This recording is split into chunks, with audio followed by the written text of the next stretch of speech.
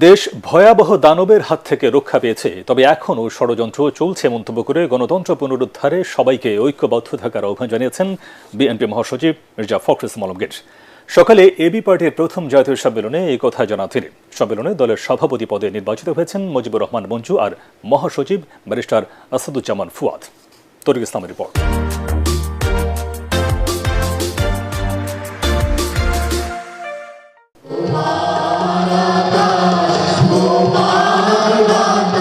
প্রতিষ্ঠার 4 বছর পর প্রথমবারের মতো রাজধানীর সোহরাওয়ার্দী উদ্যানে অনুষ্ঠিত হল আমার বাংলাদেশ পার্টির সম্মেলন।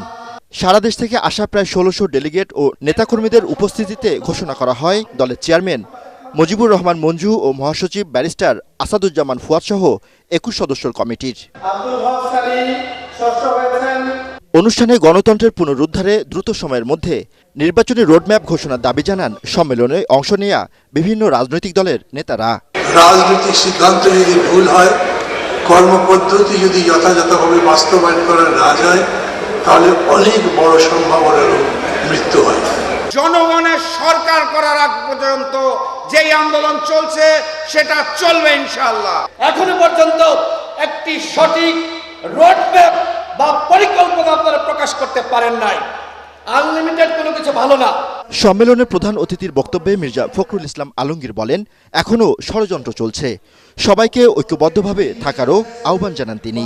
আমাদের দেশের কিছু মানুষ তারা আজকে বিভিন্নভাবে এই ঐক্যে তারা কিছু ফাটল ধরানোর চেষ্টা করছেন। আমি জানি সেই চেষ্টা সফল হবে না। আগামী 3 বছর দায়িত্ব পালন করবেন এবি পার্টির নতুন কমিটি। তরিক ইসলাম, এটিএন বাংলা, ঢাকা।